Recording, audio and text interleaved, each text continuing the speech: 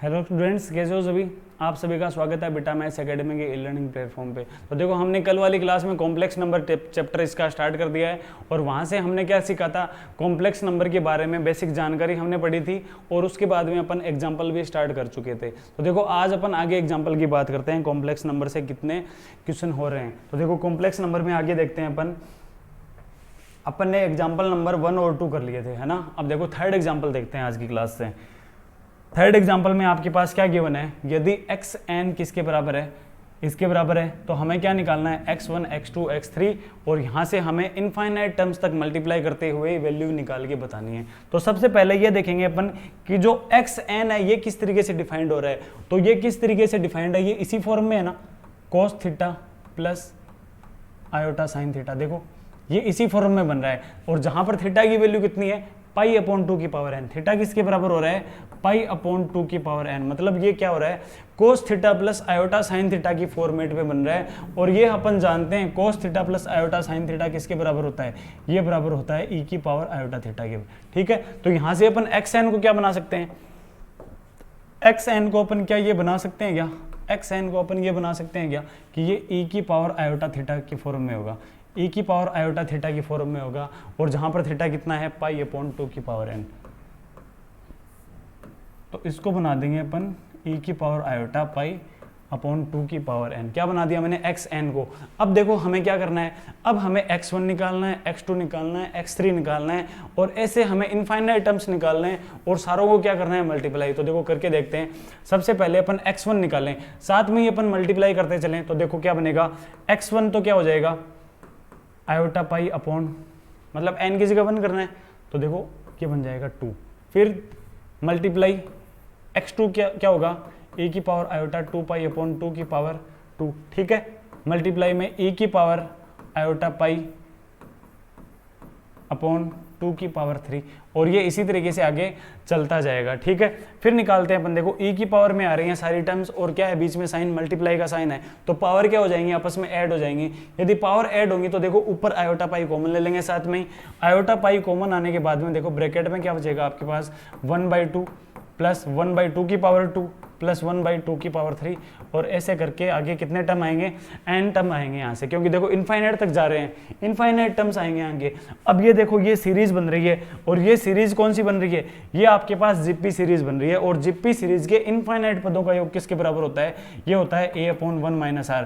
जहाँ पर a तो क्या होता है, a तो आपके पास पहला पद होता है और r कितना होता है, सार 1 अनुपात। तो यहाँ से देखो a की वैल्यू तो कितनी है, 1/2, हमें r निकालना है। r निकालने का तरीका क्या होता है, दूसरे पद में पहला पद का क्या देते हैं, भाग। तो दूसरा पद क्या है यहाँ पर, 1/2 की पावर 2 और पहला पद क्या है, 1/2। जब इसको सोल्व करेंगे तो हमें क्या मिलेगा, 1/2 मिलेगा। तो a की वैल्यू भी 1/2 है, r की वैल्यू भी 1/2 है। तो अपन क्या निकाल सकते हैं, इसके इनफाइनाइट टर्म्स का सम निकाल सकते हैं, वो होगा a upon 1 minus r। a की वैल्यू अपन पुट कर देंगे 1/2, 1 माइनस r की वैल्यू पुट कर देंगे 1/2। तो 1/2 अपॉन 1/2 किसके बराबर आ जाएगा, 1 के बराबर ये आंसर आ जाएगा। मतलब ये पूरी सीरीज का सम किसके बराबर होगा, 1 के बराबर होगा। तो यहाँ से देखो, यहाँ से हमें मिल जाएगा e की पावर आयोटा पाई इंटू 1, ये वैल्यू मिल गई e की पावर आयोटा पाई। देखो आंसर में आ रहेगा कहीं पे e की पावर आयोटा पाई नहीं मिल रहा हमें, तो देखो क्या करेंगे, फिर से यहाँ पर अपन फॉर्मूला लगा देंगे यही कि e की पावर आयोटा थीटा यदि कोस theta plus iota sine theta के बराबर होगा तो e की पावर आयोटा पाई किसके बराबर होगा, तो ये भी बना सकते हैं ना अपन, ये होगा cos pi plus iota sine pi. Cos pi की वैल्यू कितनी, -1 प्लस आयोटा साइन पाई की वैल्यू कितनी, 0। तो यहाँ से आंसर कितना आ जाएगा, ये आंसर आ जाएगा -1, किसके बराबर आ जाएगा, -1। तो इसका आंसर कौन सा हो जाएगा, ऑप्शन नंबर 3 इसका राइट आंसर हो जाएगा। ठीक है, आगे देखते हैं। आगे हमारे पास है z की वैल्यू दी हुई है x प्लस आयोटा वाई, ये क्या है, एक कॉम्प्लेक्स नंबर और ये हमें भी क्या है, ये भी हमारे पास गिवन है। तो हमें क्या निकालना है कि तो z स्थित है, मतलब z का जो लोकस पॉइंट है ना, ये हमें क्या निकालना है, z का लोकस निकालना है हमें कि z कौन सी लाइन पर स्थित होगा, x एक्स पर होगा, इकाई त्रिज्या वाले सर्कल पर होगा, y एक्स पर हो गया, फिर इनमें से किसी पर भी नहीं होगा, ये हमें निकाल के बताना है। तो देखो यहाँ से लेके चलेंगे अपन और यहाँ पर क्या पुट कर देंगे, जो z की वैल्यू दी हुई है ना हमें, ये z की वैल्यू इस इक्वेशन में पुट कर देंगे तो हमें क्या मिल जाएगा, हमें मिल जाएगा इसका लोकस मिल जाएगा। तो देखो इसको अपन ये भी तो बना सकते हैं ना, जो मॉड्यूलस ये निकालते हैं, मॉड्यूलस निकालते हैं, तो मॉड्यूलस क्या करता है, डिवाइड में यदि है तो ये क्या हो जाता है, मॉड्यूलस सेपरेट हो जाता है, मॉड्यूलस की प्रॉपर्टी है। और मॉड्यूलस को अपन सेपरेट करके क्या कर देंगे, क्रॉस मल्टीप्लाई करके उसको उधर भेज देंगे, तो ये बनेगा 1 माइनस आयोटा जेड का मोड बराबर हो जाएगा mode of Z minus iota की। ठीक है, ये वैल्यू हमने निकाल ली। अब हमें क्या करना है, जेड की जगह X plus iota Y put करना है। देखो mod of 1 minus iota multiply X plus iota Y, ठीक है, बराबर बन जाएगा X plus iota Y minus iota. ठीक है, यहां से देखो हमें क्या करना है, अब इसको कॉम्प्लेक्स नंबर बनाने के लिए क्या करेंगे, जो इमेजिनरी टर्म्स है उसको एक साथ कर लेंगे और रियल टर्म्स है उसको अपन एक साथ बना लेंगे। तो देखो 1 तो रियल है, माइनस आयोटा एक्स ये इमेजिनरी है। अब क्या करेंगे, ये माइनस से प्लस मल्टीप्लाई होकर माइनस और आयोटा स्क्वायर बनेगा, क्या बनेगा, माइनस आयोटा स्क्वायर। चूंकि आयोटा स्क्वायर क्या होता है -1, तो माइनस आयोटा स्क्वायर क्या हो जाएगा, ये हो जाएगा +1 के बराबर, क्या हो जाएगा +1। तो यहाँ से कितना आ जाएगा, हमें y मिल जाएगा सिर्फ, और ये मोड लगा देंगे। यहाँ से x क्या है, प्योर नंबर है ना, प्योर रियल नंबर है, तो ये x रियल नंबर लिख देंगे, और ये भी आयोटा ये भी आयोटा, मतलब दोनों ही क्या है, ये इमेजिनरी नंबर है। तो यहाँ से अपन आयोटा को कॉमन लेके क्या बना देंगे, y - 1 बना देंगे। ठीक है, आगे देखो 1 + y ये क्या है, रियल नंबर है, तो इसको तो बना दिया मैंने एक साथ, y + 1।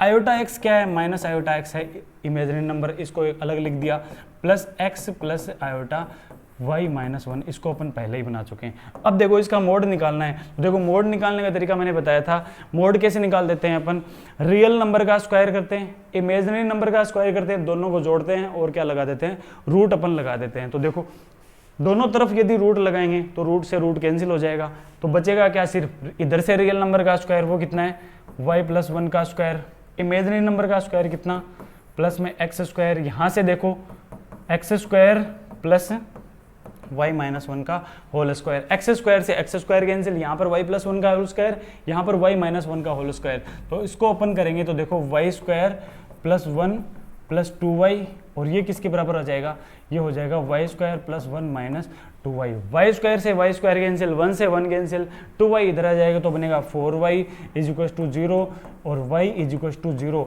y = 0 कहाँ पर होता है, ये होता है x एक्स पर, कहाँ पर होता है, x एक्स पर। y = 0 कौन सी लाइन है, x एक्स लाइन है। तो यहाँ से देखो आंसर कौन सा हो जाएगा, ऑप्शन नंबर फर्स्ट इसका राइट आंसर हो जाएगा कि ये जो कॉम्प्लेक्स नंबर z है, ये इसका लोकस क्या बनेगा, इसका लोकस बनेगा x एक्स बनेगा। ठीक है, आगे देखो, आगे बात करते हैं अपन फिफ्थ एग्जांपल में।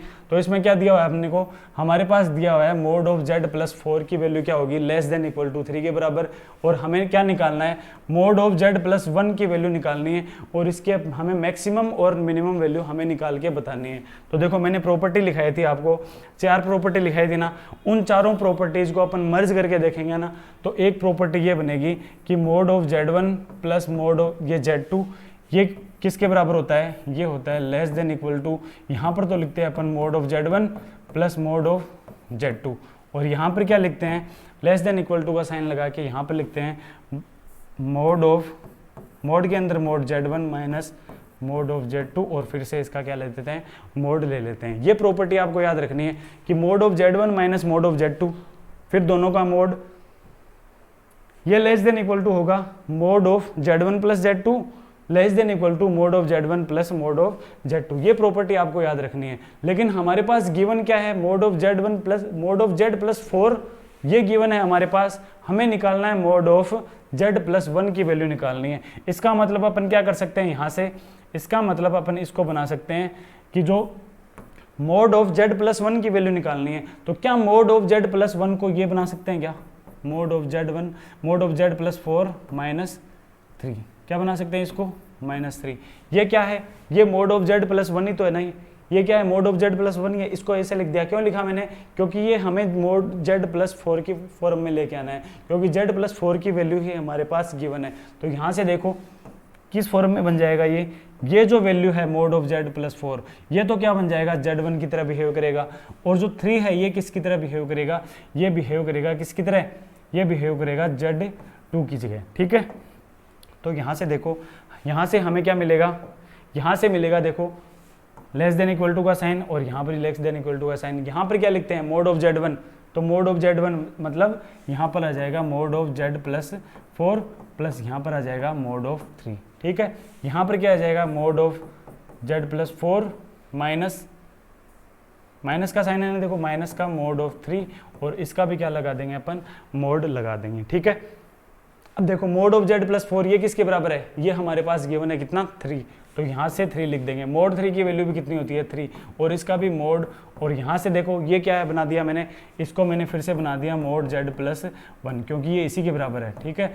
लेस देन इक्वल टू हो जाएगा मोड ऑफ z प्लस 4 की वैल्यू 3, मोड 3 की वैल्यू भी 3, यहाँ से मिल जाएगा 0, less than equal to mod z plus 1 less than equal to 6। इससे हमें क्या पता लग गया, इससे हमें पता लग गया कि मोड ऑफ z प्लस 1 की वैल्यू 6 से छोटी होगी और 0 से क्या होगी, बड़ी, मतलब 6 से छोटी 0 से बड़ी। 6 से छोटी इसका मतलब ये जो 6 है ये तो क्या होगा इसकी, ये 6 है, ये तो क्या हो जाएगा इसका मैक्सिमम वैल्यू, क्या हो जाएगी इसकी मैक्सिमम वैल्यू, और 0 से 0 क्या हो जाएगी इसकी मिनिमम वैल्यू, क्या हो जाएगी मिनिमम। मतलब मैक्सिमम और मिनिमम पूछा है इसने, मैक्सिमम और मिनिमम, मैक्सिमम पहला आना चाहिए, मतलब 6 और 0 कौन से में आ रहे हैं, 6 और 0 आ रहे हैं ऑप्शन नंबर फर्स्ट में, तो राइट आंसर भी क्या हो जाएगा ऑप्शन नंबर फर्स्ट। आगे देखो Z1 और Z2 दो अशून्य नॉन जीरो कॉम्प्लेक्स नंबर है, नॉन जीरो कॉम्प्लेक्स नंबर है Z1 और Z2। हमारे पास गिवन है mode of Z1 plus Z2 का मोड ये बराबर है mode of Z1 plus mod of Z2। तो यहाँ से देखो मैंने प्रॉपर्टी क्या लिखाई थी, हमने प्रॉपर्टी लिखी थी Z1 प्लस Z2 का mod less than equal to होता है किससे, mod of Z1 plus mod of Z2, ये लिखाया था मैंने। ये लेस देन भी हो सकता है और ये इक्वल भी हो सकता है, और ये इक्वल दिया है इसने, क्या दिया है इसने इक्वल, और यदि ये इक्वल होगा तब अपन क्या लिख देते हैं, यदि ये इक्वल होगा तब ये क्या होगा, तब बनेगा Z1 बराबर Z2। यदि इक्वल होने की कंडीशन में क्या बनेगा, Z1 बराबर Z2। यदि Z1 और Z2 बराबर होंगे तो इनका आर्ग्यूमेंट भी क्या होगा, बराबर ना, तो आर्ग्यूमेंट ऑफ Z1 बराबर भी क्या हो जाएगा, आर्ग्यूमेंट ऑफ Z2। तो यहाँ से ये भी लिख सकते हैं अपन argument of Z1 minus argument of Z2, ये क्या हो जाएगा 0, और यही हमें निकालना था, argument of Z1 minus argument of Z2।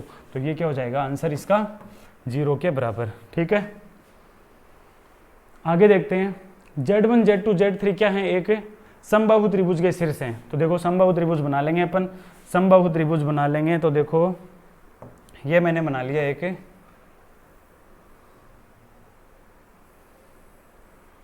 समबाहु त्रिभुज, यहां पर बना लिया, ठीक है। समबाहु त्रिभुज बना लिया एक, जिसके शीर्ष कितने हैं, तो देखो ये शीर्ष तो होगा Z1 बना लिया, ये बना लिया मैंने Z2, ये मान लिया मैंने Z3।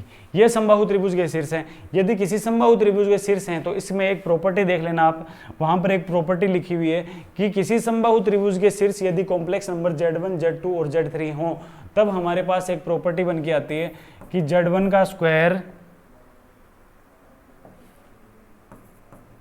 प्लस Z2 का स्क्वायर प्लस Z3 का स्क्वायर, ये किसके बराबर होता है, ये बराबर होता है Z1 plus Z2 plus Z2 Z3 plus Z1 Z3 के, ये बराबर होता है, ठीक है।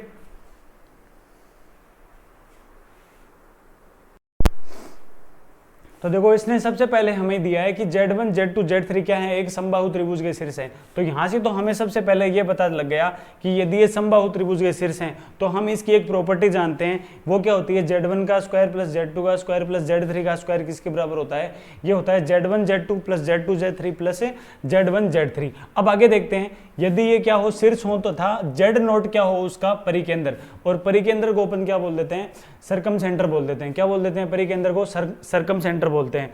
और समबाहु त्रिभुज के लिए क्या क्या होते हैं, समबाहु त्रिभुज का यदि ये अपन माने क्या हो, सेंटर है, तो जो सेंटर है ना वही क्या होगा, समबाहु त्रिभुज के लिए सेंटर, ऑर्थो सेंटर,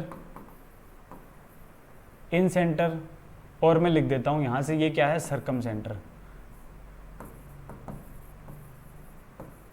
सरकम सेंटर। चारों चीजें क्या होती हैं, एक ही पॉइंट पर होती हैं। समबाहु त्रिभुज के लिए सेंटर, ऑर्थो सेंटर, इन सेंटर और सरकम सेंटर, ये जो चारों चीजें है ना ये एक ही पॉइंट पर होती हैं। और यहां से इसने क्या दिया है कि इसका जो Z नोट है ये क्या है, सरकम सेंटर है। Z नोट क्या है, सरकम सेंटर। इसका मतलब ये Z नोट है, ये सेंटर भी होगा, ये ऑर्थो सेंटर भी होगा, ये इन सेंटर भी होगा और ये सर्कम सेंटर भी होगा। तो देखो हमें ऑर्थो सेंटर और इनसे तो कोई मतलब है नहीं, ऑर्थो सेंटर इन सेंटर से हमें कोई मतलब नहीं है, हमें सिर्फ सेंटर से मतलब है। क्यों? क्योंकि अपन त्रिभुज का सेंटर निकालने का फॉर्मूला जानते हैं। यदि हमारे पास शीर्ष के निर्देशांक दिए हुए हों तो सेंटर का निर्देशांक कितना होता है? सेंटर के निर्देशांक का इक्वेशन होता है Z1 plus Z2 plus Z3/3। ये किसके बराबर होता है? Z1 plus Z2 plus Z3/3 के बराबर होता है सेंटर। तो जो सेंटर के निर्देशांक होंगे वही किसके होंगे? सर्कम सेंटर के। वही किसके होंगे? सर्कम सेंटर के। और यहाँ पर सर्कम सेंटर क्या दिया है इसने? Z0। क्या दिया है इसने? Z0। तो क्या ये मैं लिख सकता हूँ क्या कि Z0 बराबर क्या हो जाएगा? Z1 plus Z2 plus Z3/3 के बराबर क्या हो जाएगा? Z0। तो यहाँ से देखो हमें निकालना क्या है? हमें निकालना है Z1 square plus Z2 square plus Z3 square की वैल्यू निकालनी है। लेकिन यहाँ पर हमारे पास क्या आ रहा है? हमें यहाँ पर स्क्वायर नहीं मिल रहा। तो क्या कर देंगे अपन? दोनों तरफ स्क्वायर कर देंगे इस इक्वेशन का। इस इक्वेशन का यदि दोनों तरफ अपन स्क्वायर करें तो देखो यहाँ से तो हमें क्या मिल जाएगा? यहाँ से तो मिल जाएगा Z1 का square plus Z2 square plus Z3 square, और क्या मिलेगा? 2 into Z1 Z2 plus Z1 Z3 plus Z2 Z3। ठीक है, नीचे क्या बनेगा? 9, और वहाँ पर क्या बनेगा? Z0 square. तो इसको क्या कर देंगे अपन? 9 Z0 स्क्वायर, 9 को इधर भेज देंगे। ठीक है, ये क्या बन गया? 9 Z0 स्क्वायर। और ये अपन जानते हैं कि Z1 square plus Z2 square ये किसके बराबर होता है? इसके बराबर ना। तो यहाँ से देखो इसकी वैल्यू अपन क्या पुट कर देंगे? इसकी जगह अपन ये वैल्यू पुट कर सकते हैं, और ये एक वैल्यू हमारे पास पहले से है। तो ये 1 और 2 मिला के कितना बन जाएगा? ये बन जाएगा 3Z1 square plus Z2 square plus Z3 square, और ये बराबर हो जाएगा 9 Z0 स्क्वायर के। ठीक है, यहाँ से 3 से ये कैंसिल 3 टाइम, तो इसकी वैल्यू कितनी आ जाएगी? 3Z0 स्क्वायर, जो कि कौन से ऑप्शन में है? 3Z0 square. ये है ऑप्शन नंबर 3, इसका क्या हो जाएगा? राइट आंसर हो जाएगा। ठीक है, आगे देखो, आर्गन आरेख में सम्मिश्र संख्याएं। आर्गन आरेख किसको बोलते हैं अपन? जो कॉम्प्लेक्स नंबर के लिए अपन कार्तीय निर्देशांक तंत्र बनाते हैं ना, उसी को बोलते हैं अपन आर्गन आरेख। और इसके लिए हमें complex number Z, iota Z और Z प्लस आयोटा Z से निर्मित त्रिभुज का क्षेत्रफल निकालना है। तो देखो त्रिभुज का क्षेत्रफल निकालना है हमें, तो त्रिभुज का क्षेत्रफल निकालने का फॉर्मूला क्या होता है? यदि हमारे पास पॉइंट गिवन हो, पहला पॉइंट तो हमारे इसके यदि शीर्ष गिवन हो ना, यदि शीर्ष इसके क्या हो? x1 y1। यदि कोई त्रिभुज है जिसका पहला शीर्ष तो है आपके पास x1 y1, दूसरा शीर्ष हो यदि x2 y2, तीसरा शीर्ष हो आपके पास x3 y3, तो इस त्रिभुज का क्षेत्रफल निकालने का अपने पास फॉर्मूला होता है, ये होता है 1/2। मैट्रिक्स बनाते हैं, यहाँ पर लिखते हैं अपन x1 y1, यहाँ पर लिखते हैं x2 y2, यहाँ पर लिखते हैं x3 y3, और जो थर्ड एलिमेंट है तो है ना, उसको क्या बना देते हैं अपन? 1 1 1। इस मैट्रिक्स का यदि डिटरमिनेंट निकाल के इसको 1/2 से मल्टीप्लाई कर देंगे ना, तो ये क्या मिल जाएगा? हमें इस त्रिभुज का क्षेत्रफल मिल जाएगा। तो यहाँ से देखो कॉम्प्लेक्स नंबर ये शीर्ष दिए हुए हैं हमें, तो अपन क्या मान लेंगे? Z को एक मतलब सिंपल वे में मानेंगे अपन, Z को एक छोटा सा छोटा कॉम्प्लेक्स नंबर मान लेंगे आयोटा, ताकि हमें कैलकुलेशन ईजी हो जाए। Z को क्या मान लेंगे अपन? आयोटा मान लेंगे, या फिर 1 भी अपन मान सकते हैं। यदि Z को आयोटा मानेंगे तो पहला शीर्ष क्या बनेगा इसका? Z बराबर आयोटा मानेंगे तो सिर्फ आयोटा बनेगा ना। आयोटा को क्या लिख सकते हैं? 0 प्लस आयोटा। मतलब पहला शीर्ष तो इसका बन गया 0 प्लस आयोटा। दूसरा शीर्ष क्या बनेगा? आयोटा का स्क्वायर ना। आयोटा का स्क्वायर क्या होता है? -1। इसका मतलब दूसरा शीर्ष बनेगा इसका -1 प्लस 0 आयोटा, क्योंकि हमें यहाँ पर इमेजिनरी और रियल नंबर दोनों ही लेने हैं। तो देखो इसको मैंने लिख दिया -1 प्लस 0 आयोटा। फिर देखो ये क्या बनेगा? तीसरा शीर्ष ये बन जाएगा आयोटा प्लस आयोटा का स्क्वायर। आयोटा की वैल्यू आयोटा ही रहेगी, आयोटा स्क्वायर की जगह क्या पुट कर देंगे? -1। तो यहाँ से इसको क्या लिख सकते हैं अपन?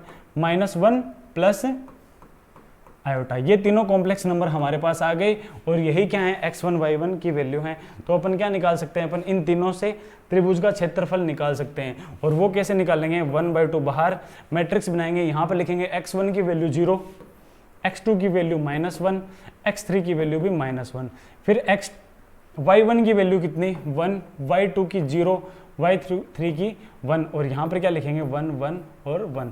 इसका यदि अपन डिटर्मिनेंट निकालेंगे ना, तो देखो 1/2 एज इट इज बाहर, 0 के लिए करेंगे तो पूरा 0 बन जाएगा, 1 के लिए करेंगे तो बाहर आएगा -1। ये और ये कैंसिल, -1 में से -1 को माइनस करेंगे तो क्या बनेगा? 0, -1 में से -1 को ही घटाना है तो क्या बनेगा 0, फिर प्लस का साइन यहाँ पर बाहर लगाएंगे 1 और इस 1 के लिए करेंगे तो -1 -0, -1 -0 तो ये -1 बना लेगा। तो यहाँ से आंसर हमारे पास कितना आएगा -1/2 और एरिया कभी माइनस में होता नहीं है, इसका मतलब इसका एरिया कितना आएगा 1/2। तो देखेंगे अब ऑप्शन में देखेंगे जो ऑप्शन हमें 1/2 बना के देगा ना वही इसका राइट आंसर होगा। तो देखो कौन सा ऑप्शन हमें 1/2 दे रहा है, ये जेड की वैल्यू कितनी है आयोटा, लेकिन आयोटा का मोड कितना होगा 1, तो 1 का स्क्वायर 1, तो यहाँ से तो आंसर कितना आएगा हमारे पास 2 ही आएगा। हमें कितना लाना है 1/2, मतलब ऑप्शन नंबर फर्स्ट तो इसका आंसर नहीं होगा। सेकंड में देखो जेड मोड का स्क्वायर, आयोटा का मोड कितना 1, 1 का स्क्वायर 1 और 1/2, मतलब ये 1/2 दे दिया इसने, इसका मतलब ये आंसर हो सकता है।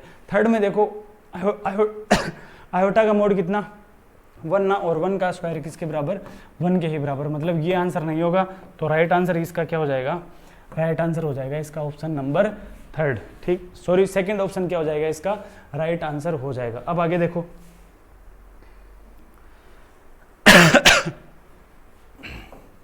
ये क्वेश्चन है, यहाँ हमें क्या दिया हुआ है, समेशन दिया है और समेशन में k की वैल्यू 1 से 6 तक जा रही है।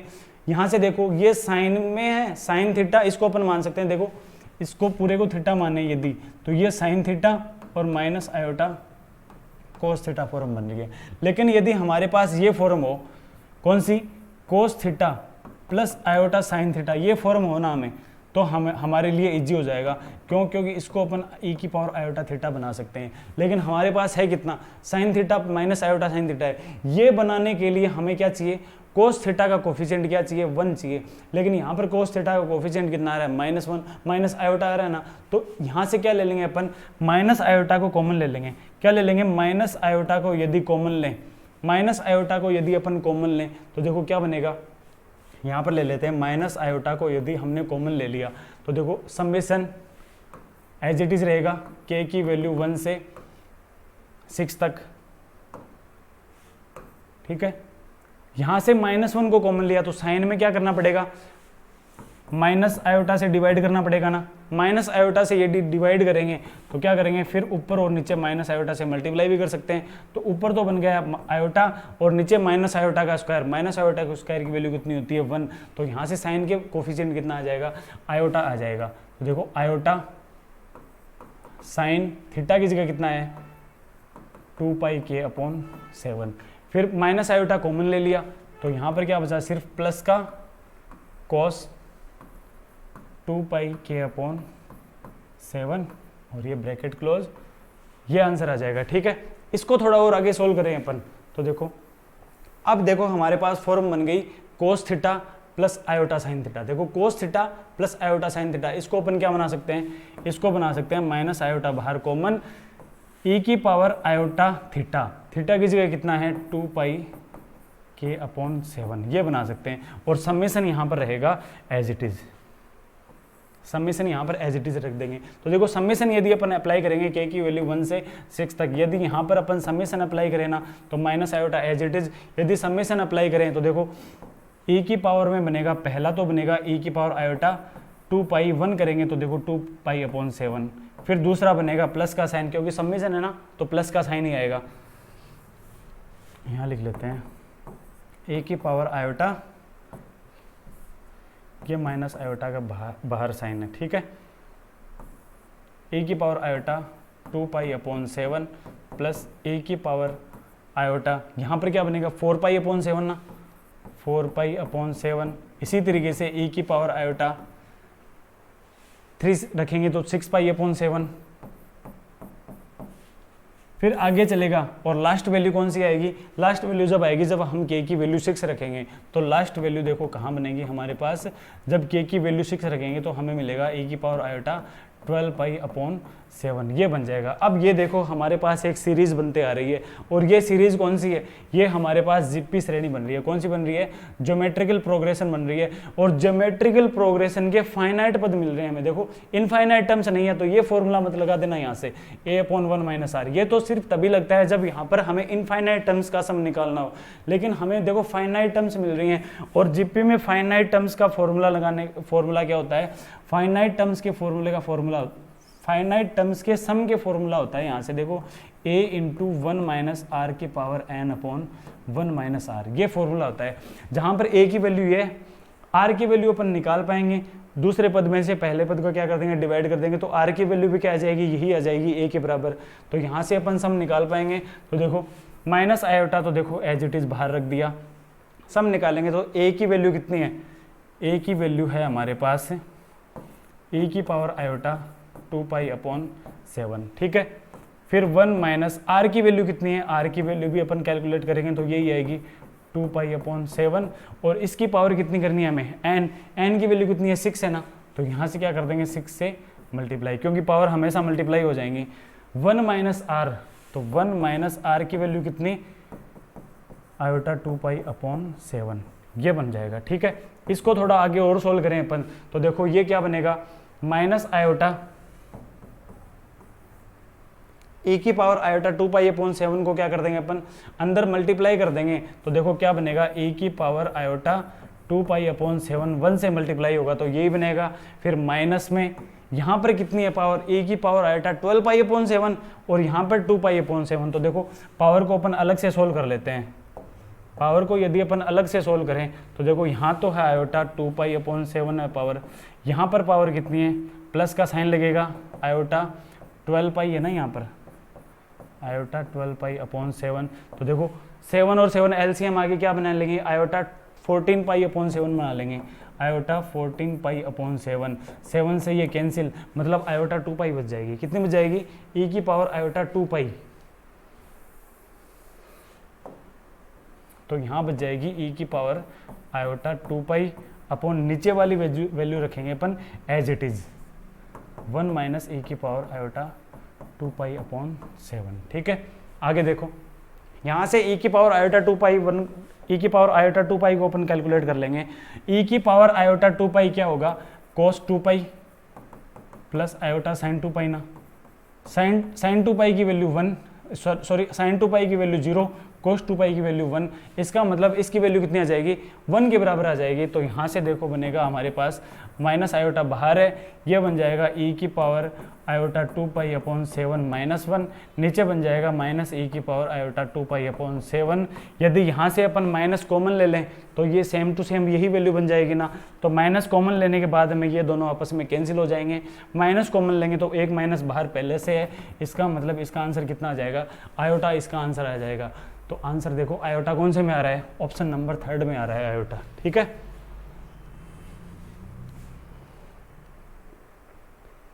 आगे देखो ये 10th क्वेश्चन है, यहाँ से हमें क्या दिया हुआ है, मोड ऑफ Z1 किसके बराबर है, मोड ऑफ Z2 के, और Zn तक ये किसके बराबर है, मतलब सभी का मोड कितना है, 1 के बराबर है। Z1 अलग कॉम्प्लेक्स नंबर है, Z2 अलग है, इसी तरीके से n कॉम्प्लेक्स नंबर हैं, सारे के सारे अलग अलग हैं, और सभी का मोड किसके बराबर है, 1 के बराबर। तो देखो इस टाइप के क्वेश्चन करते हैं ना अपन, तो तब अपन n टर्म्स नहीं मान लेंगे, सिर्फ यहाँ से सिर्फ 2 टर्म्स मान लेंगे अपन, एक तो मोड Z1 मान लेंगे और एक मान लेंगे मोड Z2, सिर्फ 2 टर्म के लिए करेंगे। तो n की वैल्यू अपन क्या मान के करेंगे, 2 या फिर 1 भी मान सकते हैं, तो अपन क्या करेंगे n की वैल्यू 2 मान के कर लेंगे।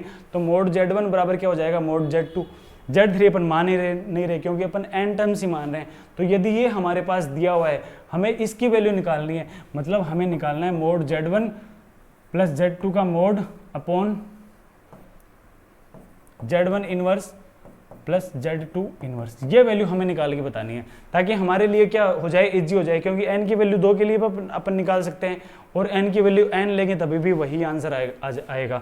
तो अपन इसके लिए क्या करेंगे, अपन मान लेंगे Z1 को अलग मान लेंगे, Z2 अलग कॉम्प्लेक्स नंबर मान लेंगे, जिनका मोड क्या हो, 1 के बराबर हो, जिनका मोड क्या हो, 1 के बराबर, क्योंकि इसने 1 के बराबर दिया है।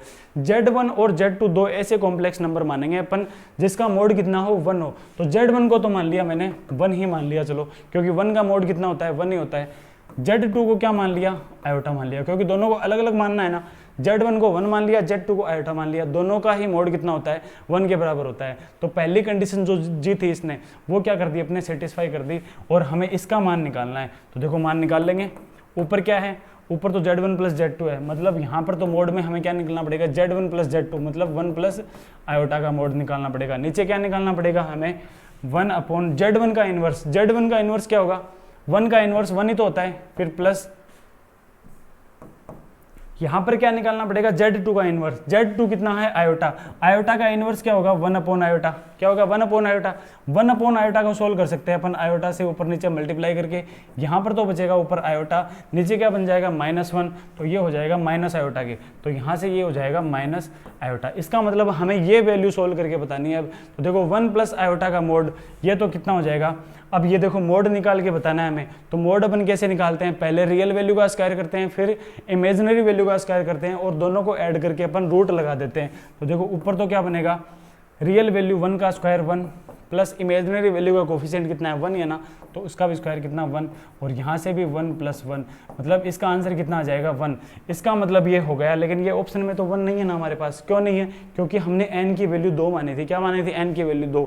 इसका मतलब n की वैल्यू पुट करने पर जो हमें 1 देगा वही क्या हो जाएगा, इसका राइट आंसर हो जाएगा। यहाँ से कितना मिलेगा n हमने क्या माना 2 आ रहा है क्या, हमें तो 1 मिल रहा है, तो ये आंसर इसका नहीं होगा।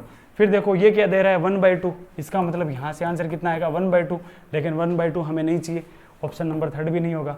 नन ऑफ दीज नहीं करेंगे क्योंकि एक ऑप्शन और चेक करना है हमें, इसमें सीधा ही लिखा है 1 और हमारा आंसर भी कितना आ रहा है 1, तो इसका आंसर भी क्या हो जाएगा, ऑप्शन नंबर 2 इसका राइट आंसर हो जाएगा। तो देखो ये होती है एग्जाम टेक्निक, मतलब एग्जाम में आपको क्वेश्चन कैसे सोल्व करना है। ये तो इतना टाइम तब लगा मैंने जब आपको सारी चीज़ें बताई हैं। अगर आप खुद से ये क्वेश्चन करोगे ना तो आप 10 से 15 सेकंड में इस क्वेश्चन को आराम से कर पाओगे। यदि n टर्म्स के लिए करोगे तब इसमें आपको 1 या 1.5 मिनट जितना टाइम लग सकता है। ठीक है,